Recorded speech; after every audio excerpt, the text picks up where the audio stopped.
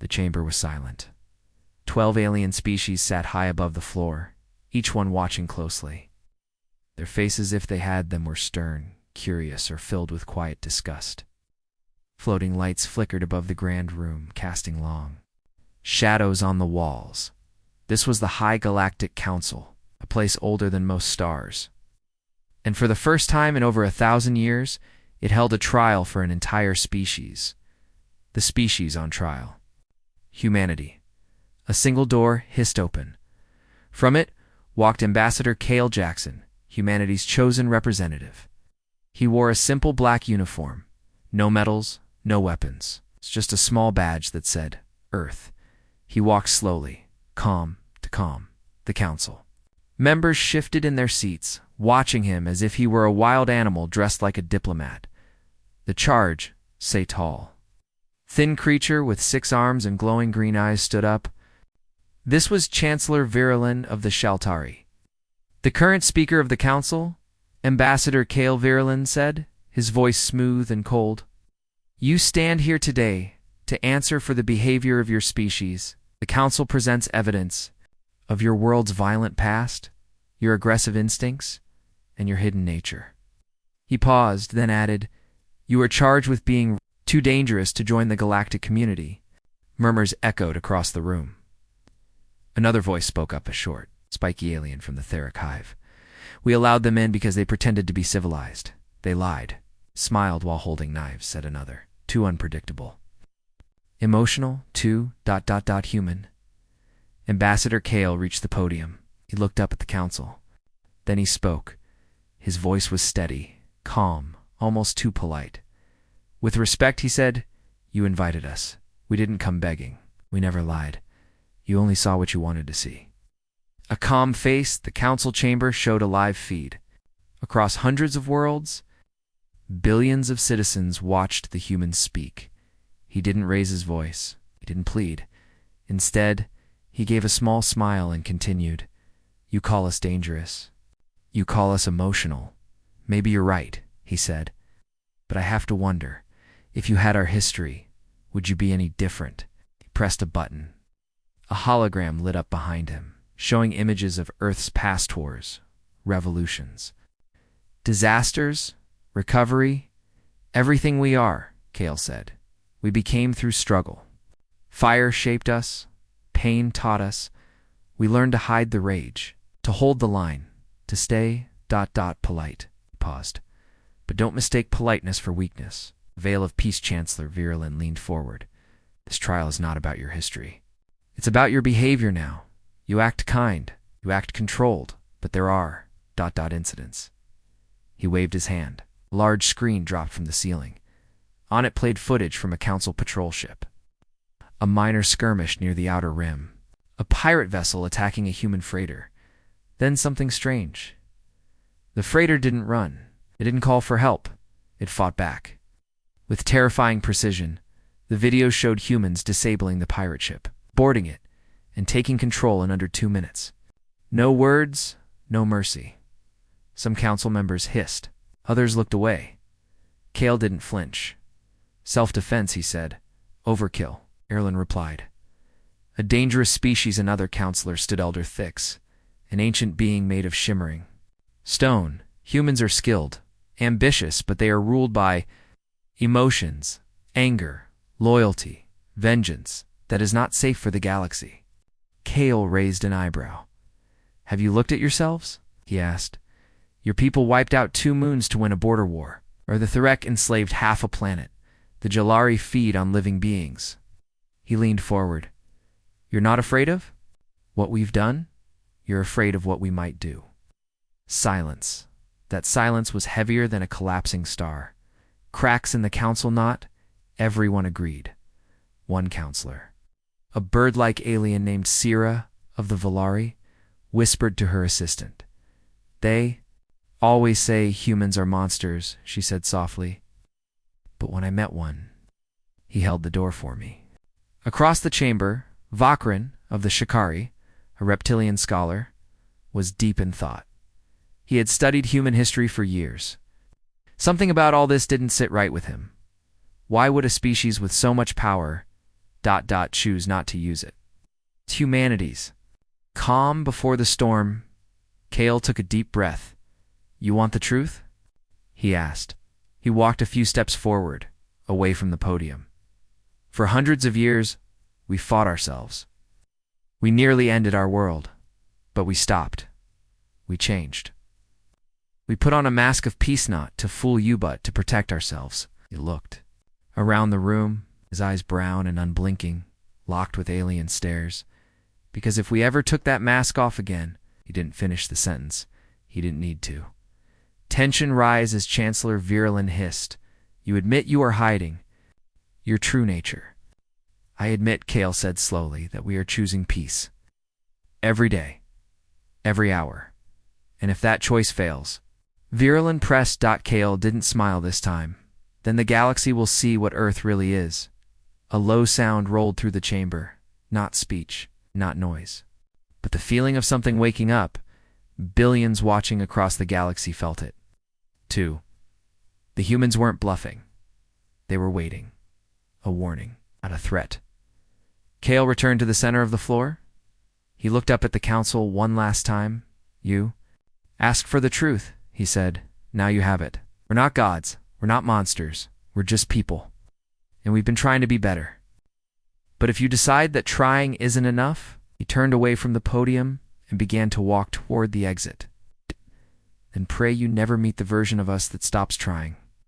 The doors opened with a soft hiss. He didn't look back. Verdict begins. The council chamber was quiet once more. Chancellor Virulent didn't speak. Elder Thick said nothing. Even the loud Theric were silent. Only Vakrin moved his hand, tapping on his datapad, pulling up sealed records. He was starting to believe that the council had made a mistake. A big one. Because if the humans had really been wearing a mask this whole time, and they were this polite, what was waiting underneath? The camera drone hovered silently in the corridor, just outside the council chamber. Inside, whispers turned to arguments. Alien voices crackled through private comms. Old alliances frayed. The words were sharp, but beneath them all was the same. Emotion-fear. Fear of a species that smiled too easily, spoke too calmly, and now had warned them.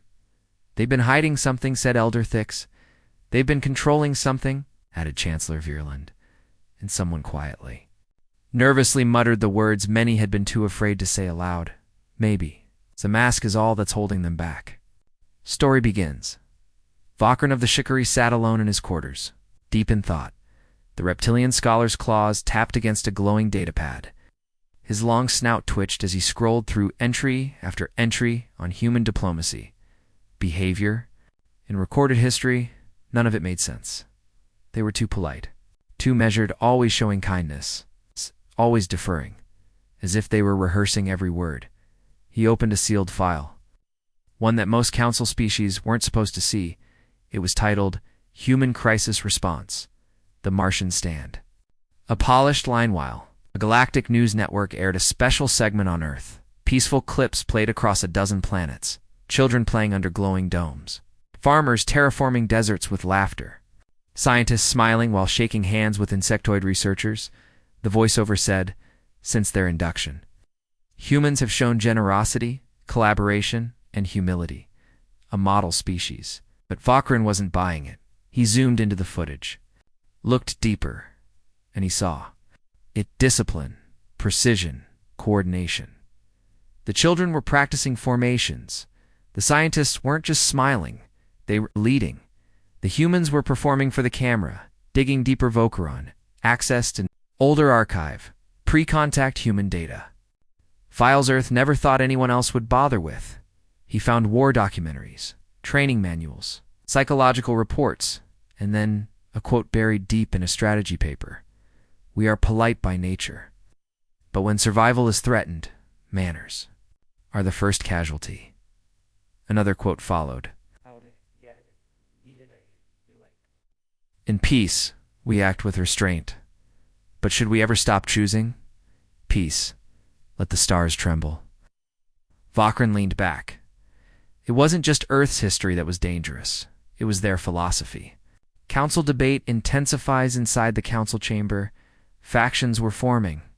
The Shaltari wanted immediate restrictions on Earth's interstellar movement. The Theric Hive demanded surveillance implants on all human diplomats. The Valari spoke in defense of Earth, urging caution and understanding. Kale Jackson sat silently in his seat, arms folded, watching. He didn't argue, didn't object, didn't need to. His silence said, more than words it said, decide what you want, but choose wisely. The surface versus the core. The council focused on the image of humanity. What they saw: clean uniforms, smiles, cooperation, generosity. What they didn't see: the training behind the smiles, the calculation behind the kindness. Steel under the surface. Vakran saw it. He typed a single command, requesting access to full recording. Mars incident. Level 9 clearance.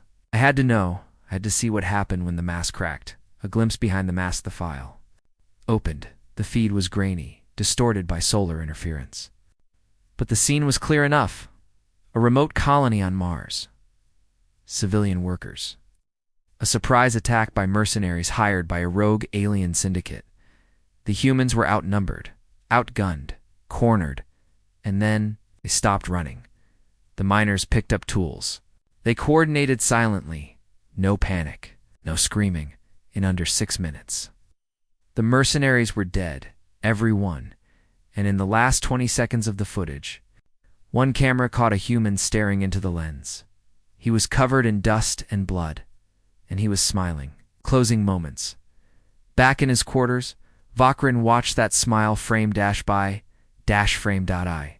Wasn't madness, it wasn't joy, it was something else.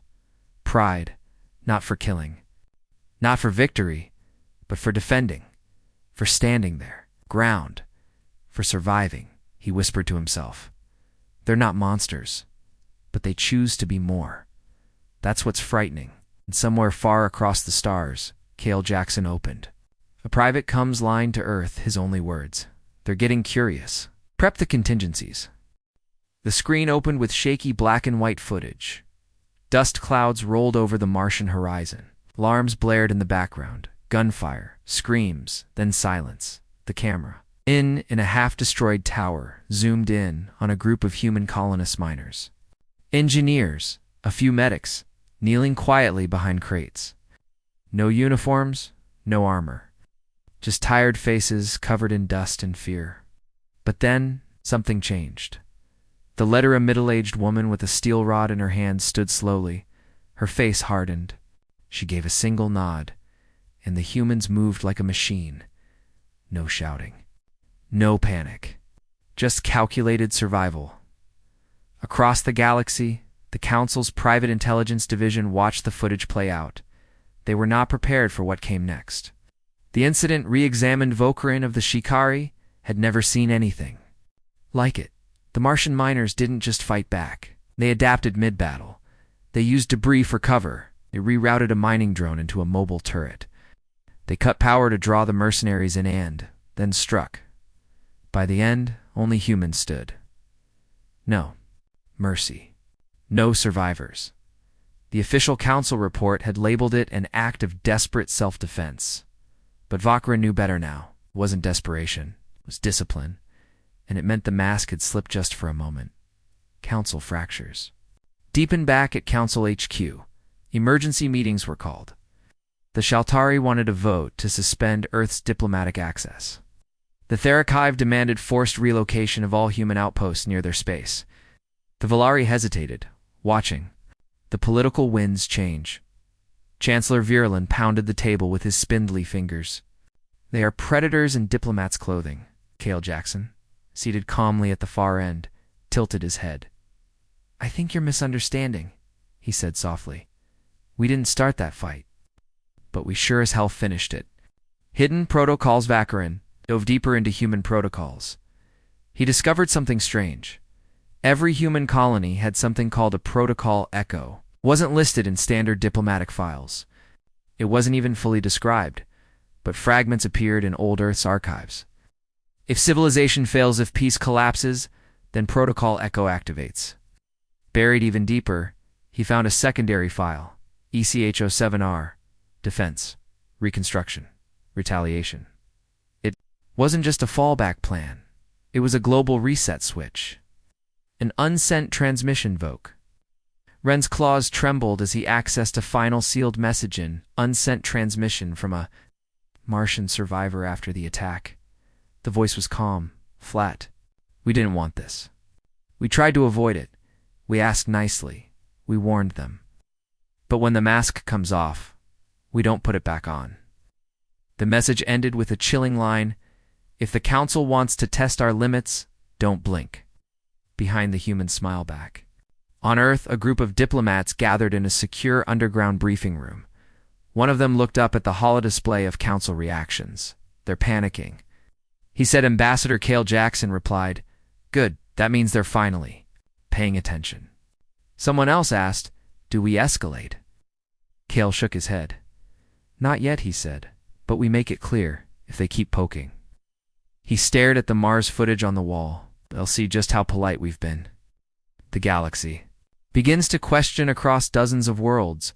Ordinary citizens began whispering, "Are the humans really that dangerous? They never attacked first. Did they? But they always win." Some started admiring them. Others feared them, more than ever. But one thing was becoming clear. The humans weren't bluffing. The mask wasn't for the galaxy's benefit. It was for the galaxy's protection. Closing moments. Vakran sat in his darkened office, watching the Mars footage on loop. Over and over, each time he saw something different. Not rage, not bloodlust, but restraint, calculated, cold, and terrifying restraint. He whispered. They weren't showing off. They were holding back. Tapped his console and opened a new research file. Subject: humanity's controlled fury. He had a feeling the galaxy was about to learn what happens when the polite ones get angry. The Council thought they had time to prepare, time to pressure, time to decide what to do with Earth. They were wrong. Etheric fleet patrol vanished on the edge of the outer rim. No wreckage, no distress call. Only one thing was left behind: a single black beacon floating in space. Its message was simple: return to sender. The beacon was made from parts of the Theric flagship and welded into the side. It was a human military tag. Story begins. Back in the Council chambers, chaos erupted. Alarms blared across systems. Trade routes locked down. Fleet deployments scrambled. Chancellor Virulin stormed into the room. The humans have retaliated. But Kale Jackson sat quietly. He was already there, waiting. "No," he said. "We haven't even started. No orders given. The Council demanded answers." Was this an act of war? Kale gave a half-smile. Earth gave no such order. No government authorization. We sent no fleets. No official strike. Virulin growled. Then who did this? Kale's eyes darkened. You called our kindness weakness. You called us dangerous. You forgot the most important part about humans. He leaned forward. When you corner us, we don't wait for permission. The unseen soldier secret. Corners of the galaxy, humans had been preparing. Former soldiers turned colonists. Old warships reactivated in hidden shipyards. Sleeper cells buried in neutral systems. Waiting for a single coded phrase. They weren't ordered. They volunteered. Because Earth had a silent rule written into its culture. If we are attacked hand, no one helps us, we help ourselves. The trigger word Echo Protocol Echo wasn't just a failsafe, it was a signal. The Mars incident, the Council's threats, the silence afterward. All of it triggered Echo-7R. In military circles, it had another name. Controlled fury. The kind of response humans only give once they're done being nice. The message behind the fury, the black beacon, wasn't just a warning, it was a lesson inside it. Council analysts found a playback file, grainy footage of a human pilot. He spoke directly to the camera. You wanted to see who we are without the mask? You're starting to. He paused, then added, this wasn't Earth's response, it was ours. The ones you pushed too far? The ones who buried their dead on foreign soil while you debated peace treaties? The final frame? A single line of text burned into the screen. We remember who drew first blood. The Council cracks. The fallout was immediate. Theric demanded war, but half their fleets refused to engage. The Valari called for negotiation, terrified of what would come next. The Shaltari tried to pass emergency sanctions, but their own allies began to question them. And in the center of it all, Earth remained silent. No declaration, no press release. Just calm, chilling quiet. Earth's calm is louder than war, Kale. Jackson stood before the council once again. No guards, no escorts. He simply said, "We asked for peace. We asked nicely." But now, he stepped closer. Now you're hearing the voices of the people you ignored. The veterans. The workers. The families who bled while you calculated. He looked up at the council, voice still calm. You thought our mask was to deceive, but it was to protect you. Closing moments on a distant space station. Vakran watched a human child hand a toy to a crying alien, smiling, gentle, kind. And yet, Vakran whispered, they are capable of this. He didn't know whether to fear them or follow them. And across the galaxy, a signal echoed on private channels, ECHO7R, ACTIV. The humans had not declared war. They had declared, we will no longer wait. A council envoy ship drifted into Earth's orbit unarmed. Flashing lights of peace, it sent an urgent message, requesting diplomatic talks. Immediate ceasefire, no hostility, Earth replied, with silence. Then, as the envoy passed over the Pacific, every global defense satellite went dark for 60 seconds. Not destroyed. Overridden there. Own systems displayed a message in plain text. We're done talking.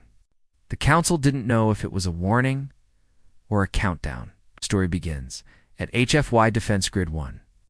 Earth's orbital military headquarters. No panic showed. The staff moved with quiet urgency. Commanders issued orders. Engineers rerouted. Energy grids. Civilians were told to prepare, but not panic. Earth wasn't at war. Earth was preparing to never be threatened again. Across the stars, panic and regret on the council homeworld. Elder Thix watched security footage of Mars again. Frame by frame, he said nothing.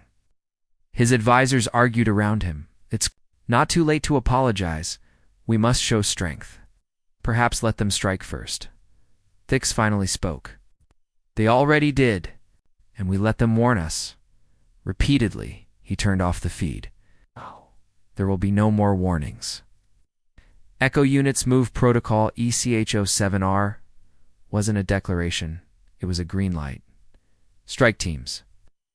Black Ops squads. Former Earth Special Forces now. Independent called in their markers across the galaxy. They didn't target cities or innocents. They went after infrastructure. Etheric War Factory melted down after a minor cooling glitch. A Shaltari weapons freighter exploded in dry dock. The Council communications relay jammed with Earth music and one repeated message. Should have let us stay polite. What they don't understand, Kale Jackson, Earth's lead ambassador, stood in front of a silent council once more. No prepared speech, no smiles, just truth. You saw our manners, called them weakness. You saw our restraint, called it fear, but you never once asked why we restrained ourselves. He looked around the chamber. Because you assumed you were stronger? He turned to leave. You're about to learn what we do when we stop assuming the best. A warning to Earth's allies. Yvonne's allies were nervous now. The Valari Prime Minister contacted Earth's civilian government. We stood by you. Please bring them back under control. Earth's representative responded calmly. We didn't send them, but can you stop them? The Earth rep paused.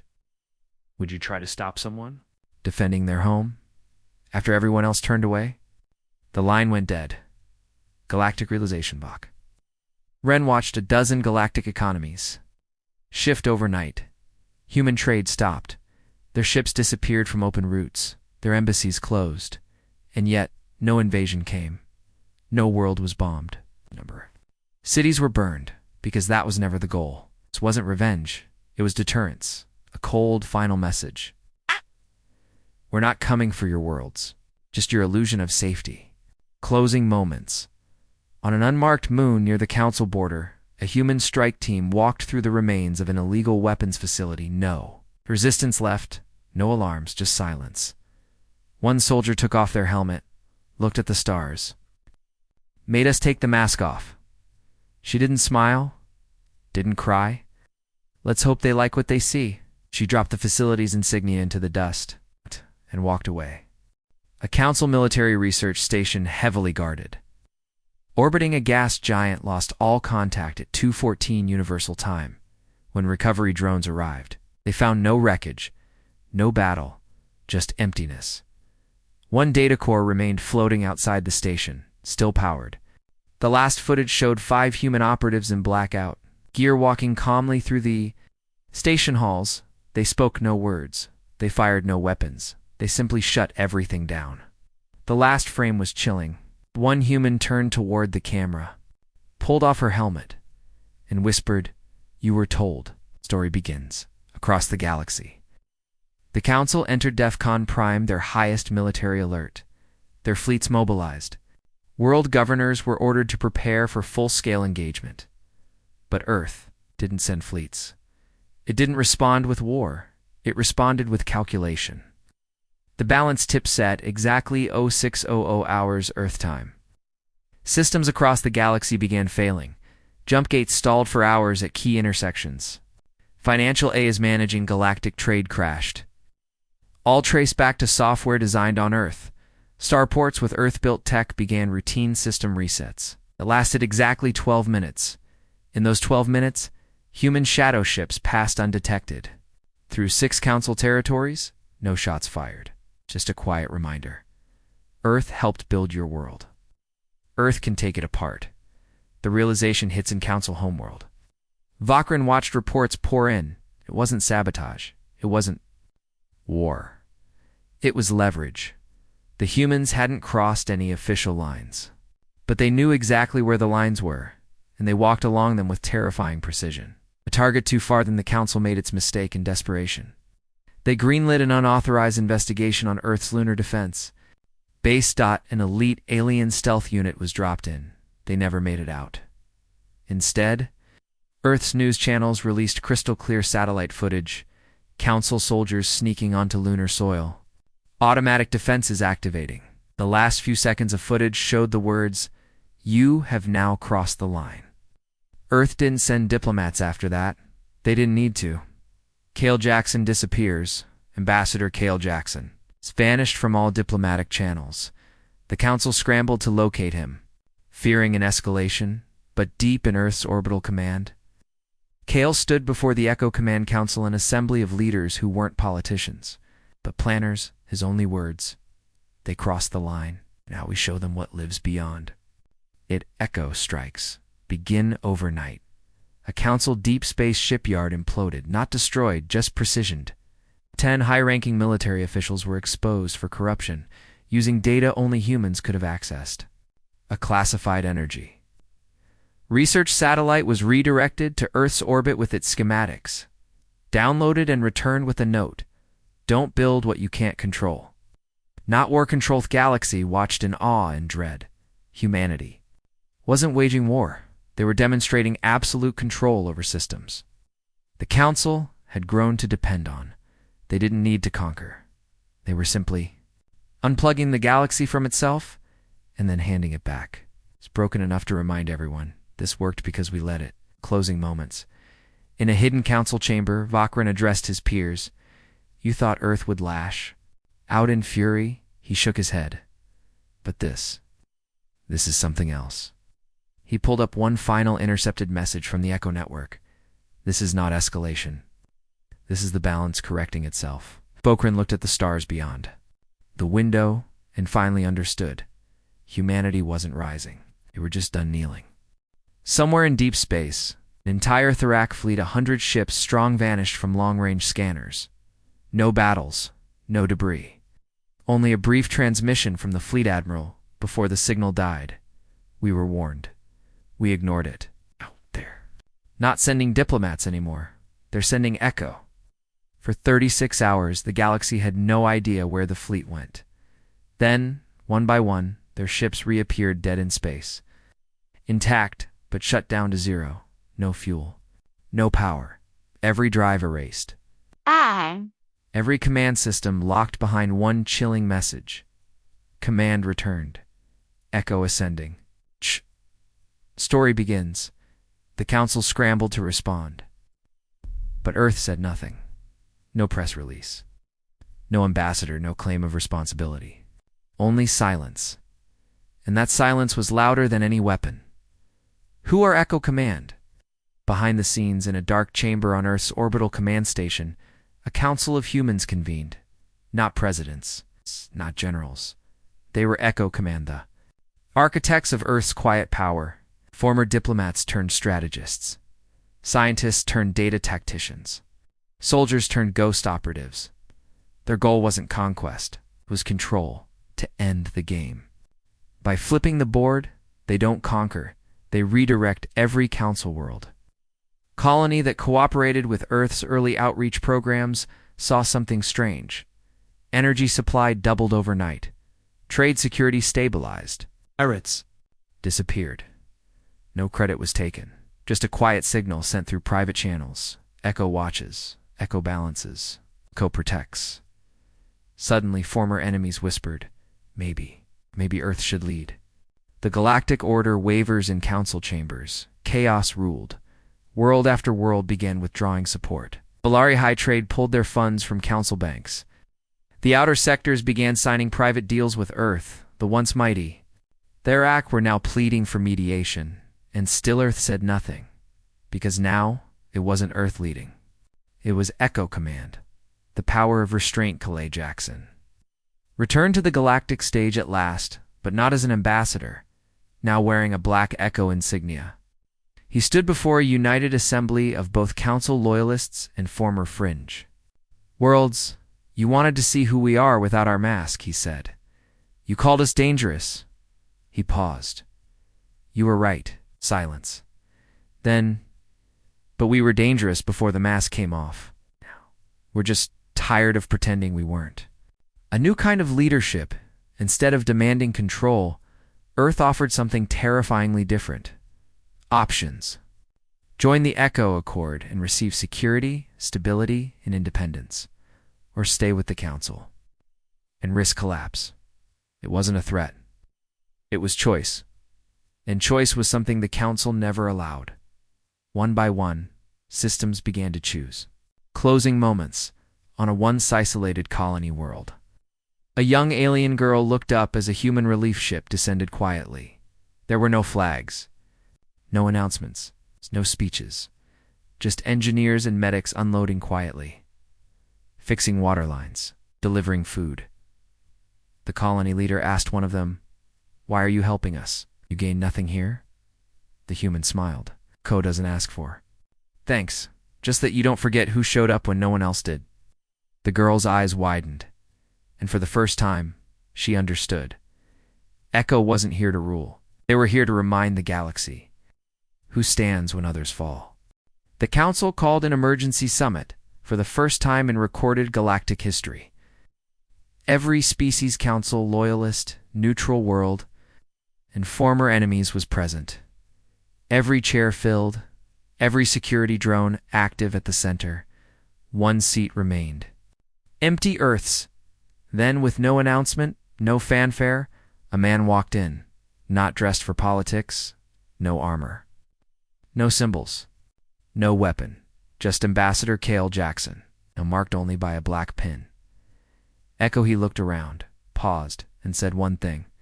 "This is not a warning. This is the last time we speak." The story begins.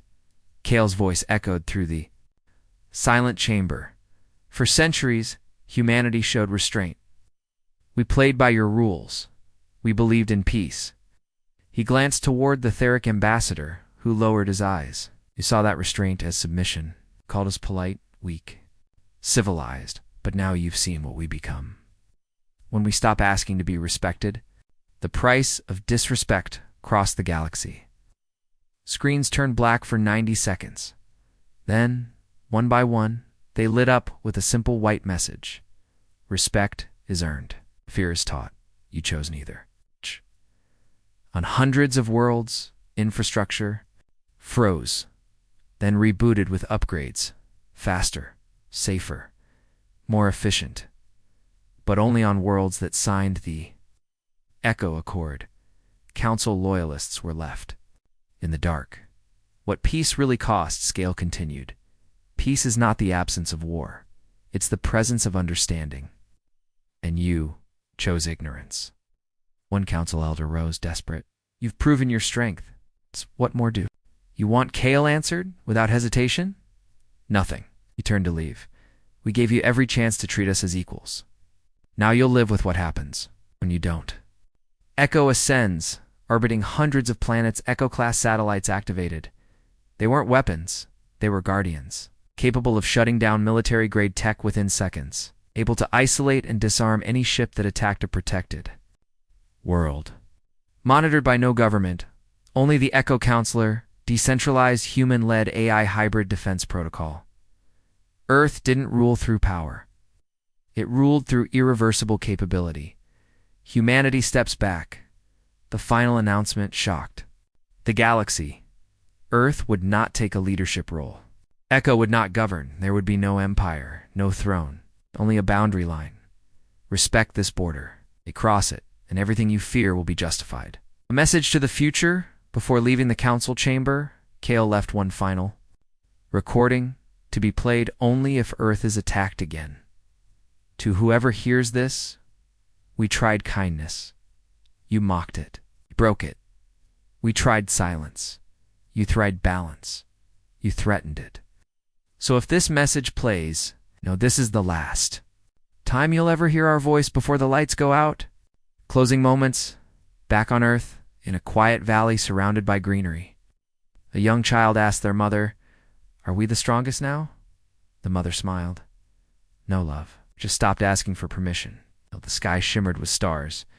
And somewhere out there, in the dark between galaxies, a signal pulsed steadily. Echo Online Peace had a new face, and it wore no mask.